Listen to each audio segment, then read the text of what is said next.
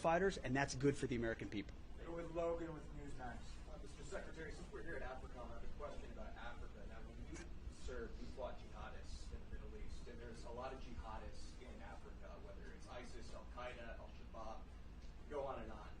How do you plan to handle that threat? I'm not saying put troops on the ground in Africa to fight them, but are you concerned that there could be some sort of cell that might be plotting attacks against other parts of the world, trying to recruit soldiers because it's Africa with a growing population? How concerned are you about the jihad threat in Africa today?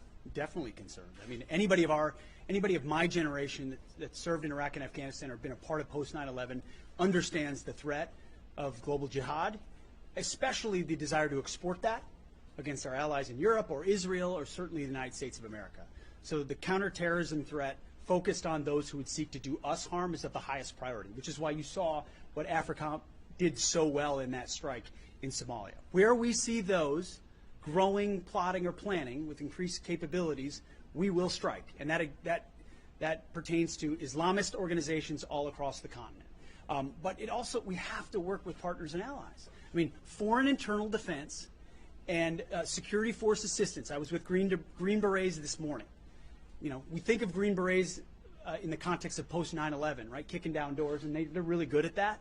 But what they're best at is doing security force assistance and foreign internal defense, where they work with local security forces to build up their capabilities so that it's indigenous forces fighting Islamists because they want to secure their country as well. And AFRICOM is very directly committed to doing that. That's a mission very much worth resourcing. And Africa is very much the front lines of a fight from Islamists. You've got Christian populations that are under siege in Africa and have been ignored for far too long. And American interests there, it matters a great deal. And Islamists, we're not going to allow them to maintain a foothold, especially to try to strike at America. We're going to finish up with two questions from these two local outlets. Sir, okay, one more here and then here. John Vanover, Stars and Stripes.